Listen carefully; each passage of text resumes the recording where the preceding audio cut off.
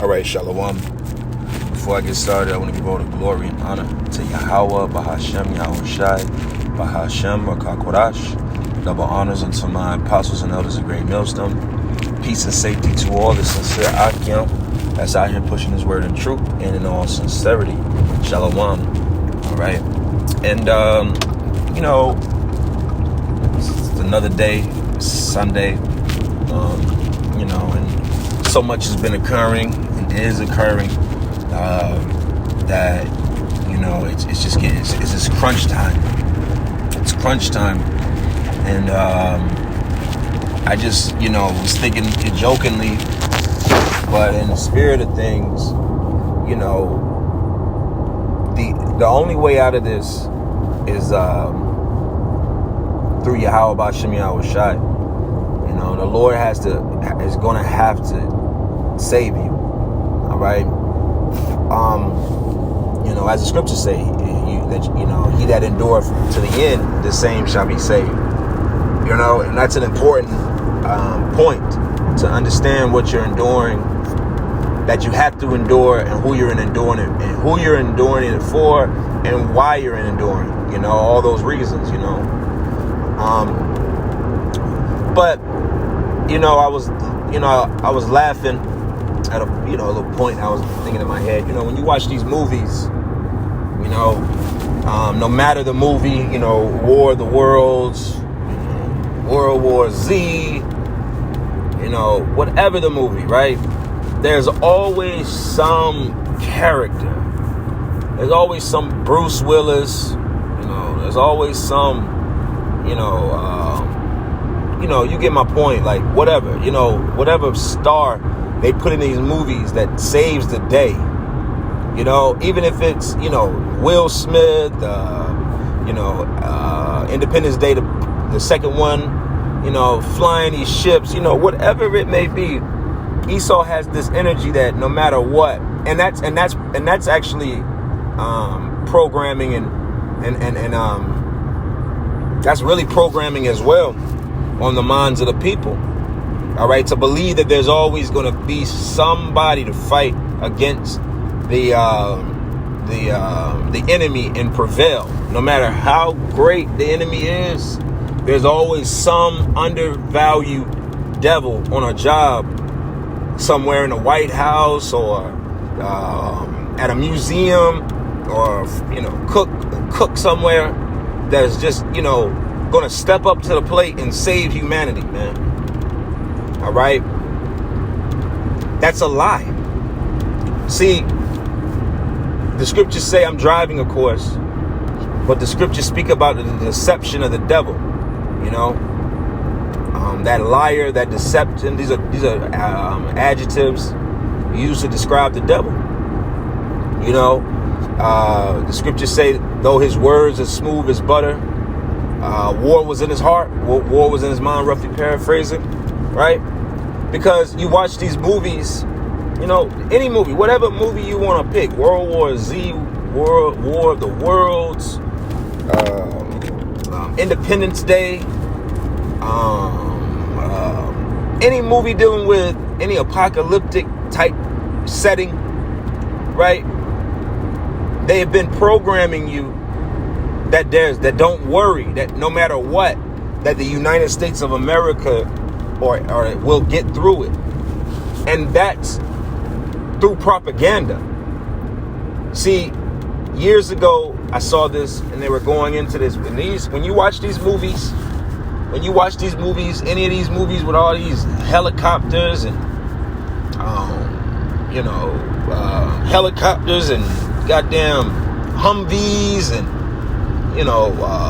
military style weapons and, however, just look at any Transformers style movie, right? There's this, military presence in the movie, and think about it. In these movies, these post-apocalyptic dystopia style movies, there's always a military presence in it, right?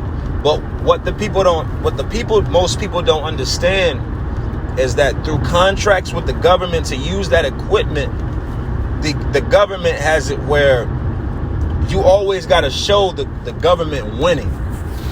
You know, you've never seen a movie, no matter how big of the enemy, the United States government loses. Even if they get their ass whooped, handed to them, you know, that's just for the moment.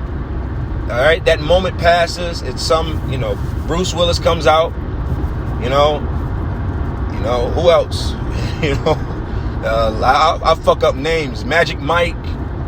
You know, you got 22 Jump Street will come out. You know, Ice Cube and Triple X, Vin Diesel. You know, there's always some fucking actor that's gonna pop out and save the day, because they really want you people to believe. And because, see, the thing about it is, and again, I'm reading this book, and in the book it speaks about how individuals within men, there's an archetype, or there's a part of you that has a strong king spirit, and that's the standing up to the challenge. You know, that's partly your warrior aspect, but really there's a lot of a king in you that says that I'm going to protect my integrity, my morals. And then the warrior, a warrior or the warrior within you chimes in and decides that this is what it takes to protect that. But it starts with you as a individual looking at yourself as a king. That's why these people out here, you know, Jake love to be like, hey, king. Y'all, you niggas ain't kings, man. You niggas think kings is just because you can go somewhere because you want to, or because you got a woman on your dick, and that automatically makes you a king, and that's the furthest thing from it, man. All right? That happens to peasants as well, too. Okay? Now, the point I wanted to focus in on is that it's cowardly. These people are cowards because they really do lean on another person that they view as their king. That's why the scriptures say in Deuteronomy, the 18th chapter, or the 17th chapter, one or the other, that if you put a king over you, that king has got to be of your brethren. Okay? Because why? You see yourself in the king. How the fuck am I gonna have some devil over me, and he's the idea of the beginning of my people? That just, when you put another devil over you, that's literally saying you hate your own. All right? Now back to the point. This society, through psychological warfare, 444, all praise Yahweh Shemi Yahweh, has programmed the people to believe that there's always somebody else, and dig this, and don't believe in a spiritual aspect of somebody coming to save you. See, these people will clown us and look down upon us and talk shit and have a problem with the idea of us saying that we have faith that our power is going to come back and save us, right? Who the world ignorantly calls Jesus Christ. People scoff at that. But not knowing that in their spirit, because they don't step up to the plate to protect themselves, to create for themselves, right? Because they don't have the ability to do that, you're looking for somebody else to do it for you. Because either you look towards yourself, or you're looking towards somebody else. Now here's the kicker. Let's clarify that a little bit more. We looked to Yahweh Shai. Yahweh Shai, like I said, Yahweh Shemi Yahweh Shai is the only way we're getting the hell up out of here. All right? But even within that, the Lord has done an amazing job of putting us through different obstacles, trials and errors, tribulations, to do what? Build us up to be able to lean more on Yahweh Shemi Yahweh Shai. See, the scriptures say wisdom, knowledge, and understanding shall be the stability of thy time. So we lean on our power, and the Lord is going to give us the strength to stand. All right? That's just how it goes. But nevertheless, we're not out here. If you're in the spirit of following Yahweh Shem, first of all, you can't be a follower of Yahweh Shem Yahweh Shai and you just sit on your hands, man. The scriptures speak about the prophet, the apostle James speaks about that. About the fact of works, faith without works.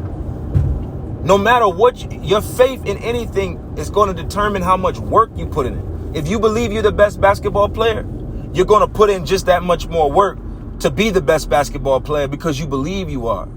A nigga that doesn't believe it, he's going to make 1,001 excuses to not do it because in reality, he does not believe.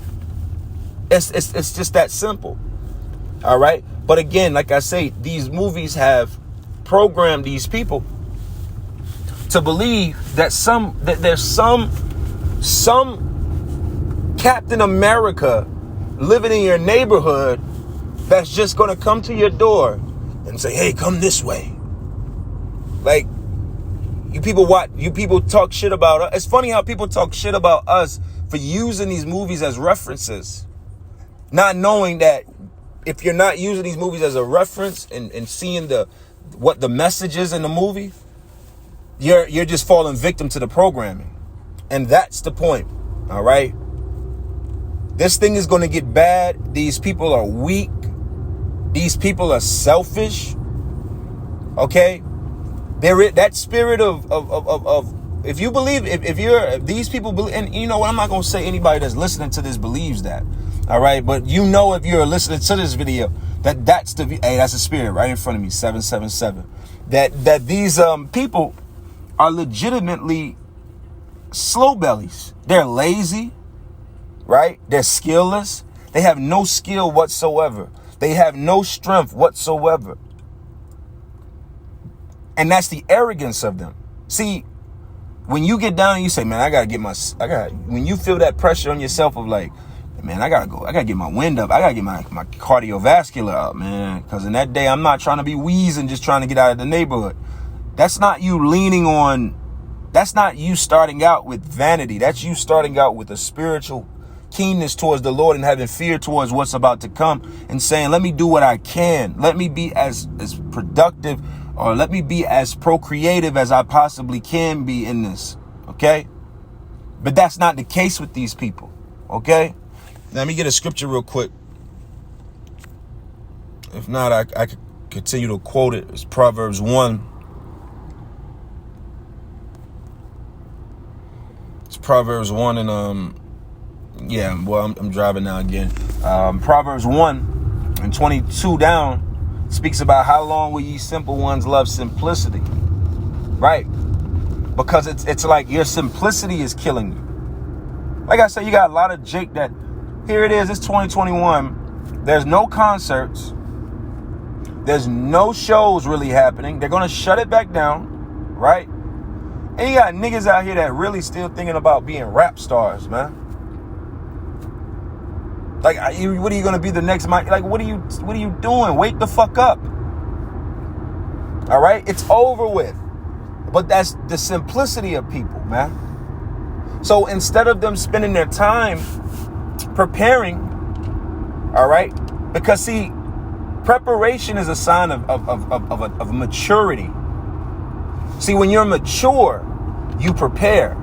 You put aside your youthful lust for the moment to be able to what? Achieve comfortability or protection in the long run, the longevity of things. So that spirit rolls downhill, starting with the husband. He's the head of the household. He's the visionary. He sees the plan up for the house down the road. Then the woman, she has the vision with the husband, right? She shares that vision, and she is a helpmeet unto him. And children don't have necessarily a part to do with that, right? Children aren't sitting down at the table managing money and savings and investments. All children know is fun.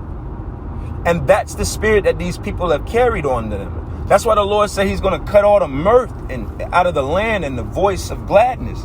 Because why? That's all people are living under. Because they're children. These people are children. See, when you're a child, you believe in X-Men, right?